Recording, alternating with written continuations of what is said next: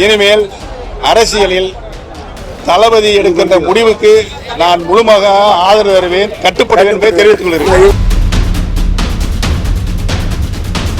அதிமுக எதிர்காலமே இனி இல்லை. தமிழ்நாட்டினுடைய அரசியல் சாக்கடை ஓ பன்னீர்செல்வம். இவ்வளவு மோசமான ஒரு மனிதரை எந்த கட்சி தன்னிடத்தில் வைத்திருக்கும்?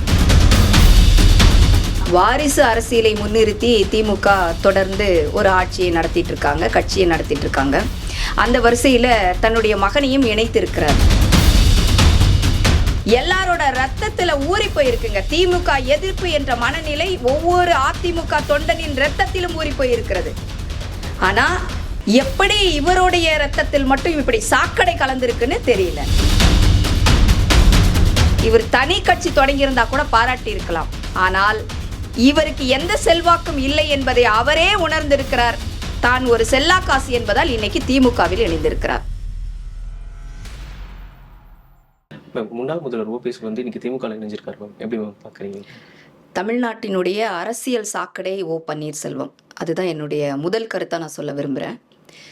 அரசியல்வாதிகள் எப்படி இருக்கக்கூடாது என்பதற்கு ஒரு எக்ஸாம்பிளாக ஓ பன்னீர்செல்வம் இருக்கிறாரு. இது அவருடைய தனிப்பட்ட சொந்த நலனுக்காகவா அல்லது அவரது மகனுக்காகவா என்ற ஐயப்பாடும் நமக்கு இருக்குது. ஏன்னா வாரிசு அரசியலை முன்னிறுத்தி திமுக தொடர்ந்து ஒரு ஆட்சியை நடத்திட்டு இருக்காங்க, கட்சியை நடத்திட்டு இருக்காங்க. அந்த வரிசையில் தன்னுடைய மகனையும் இணைத்திருக்கிறார். அனைத்து இந்திய அண்ணா திராவிட முன்னேற்ற கழகத்தில் எப்படிப்பட்ட பதவியில் இருந்த ஒரு மனிதர் 3 முறை முதலமைச்சராக மாண்புமிகு அம்மா அவர்களால் உருவாக்கப்பட்டு ஒரு ஒன்றுமில்லாத ஒருவர். நிறைய அவரை பற்றிய வரலாறு உண்டு. டீ கடை வச்சுருந்தாரு அப்படின்றதெல்லாம். நான் டீ கடை வச்சிருக்கிறத நான் குறைச்சி மதிப்பிடலை.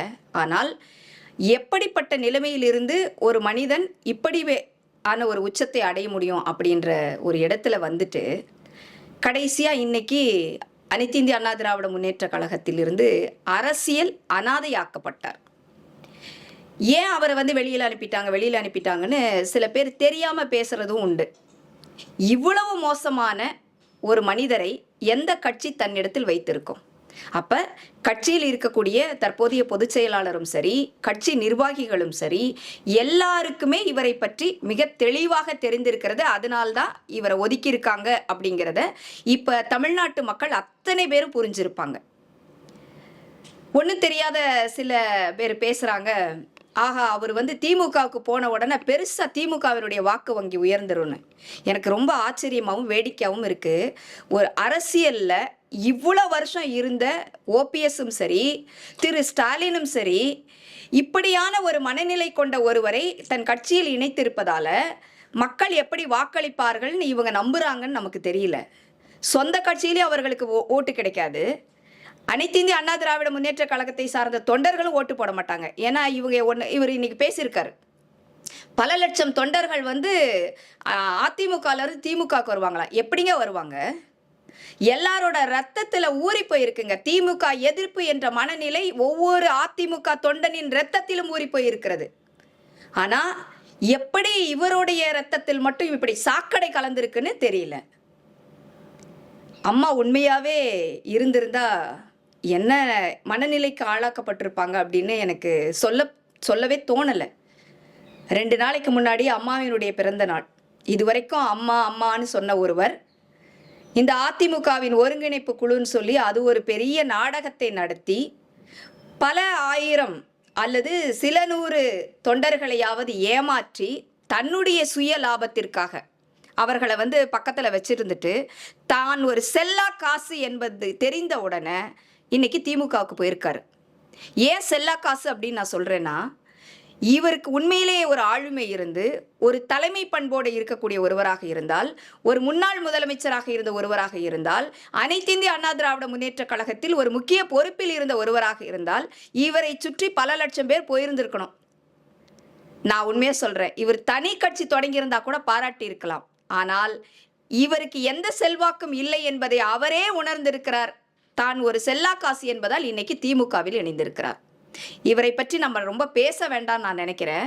மக்கள் புறந்தள்ளி விட்டார்கள். இது நல்ல முடிவு இயற்கையாக அவரை எடுக்க வைத்திருக்கிறது நான் நினைக்கிறேன். அடுத்த தேர்தலில் மக்கள் யாராவது இவருக்கு ஓட்டு போட போகிறாங்களா? நீங்கள் பார்க்கத்தான் போகிறீங்க. மிக மிக மிக மோசமான ஒரு அரசியல்வாதி என்ற அடையாளத்தோடு வரலாற்றில் இடம் பிடிப்பார். Okay ma'am. இப்போ என்ன சொல்லியிருக்காருன்னா, அதிமுக இதுக்கப்புறம் எதிர்காலமே இல்லை அப்படின்ற மாதிரி ஒரு கருத்து சொல்லியிருக்காரு மேம். நீங்க பிரஸ் மீட் அதிமுக இனிமேல் தான் நன்றாக இருக்க போகிறது. அதிமுக மேல போடப்பட்ட வழக்குகள், இவர் ஒரு பக்கம், சசிகலா அம்மையார் ஒரு பக்கம் போட்ட வழக்குகள் எல்லாம் இப்போ ஒவ்வொன்றா விலக்கப்பட்டிருக்கிறது. கோர்ட் ஆர்டர் வராமலே அப்படியே போயிருச்சு. இனிமே எங்களுக்கு எதிர்காலம் மிகச் சிறப்பாக இருக்கிறது. ஏன்னா இப்படிப்பட்ட மோசமானவர்களை அடையாளப்படுத்துவதற்கு ஒரு அழகான ஒரு வாய்ப்பு உருவாகி இருக்கிறது. இவங்கெல்லாம் பாருங்க, அதிகார பசி.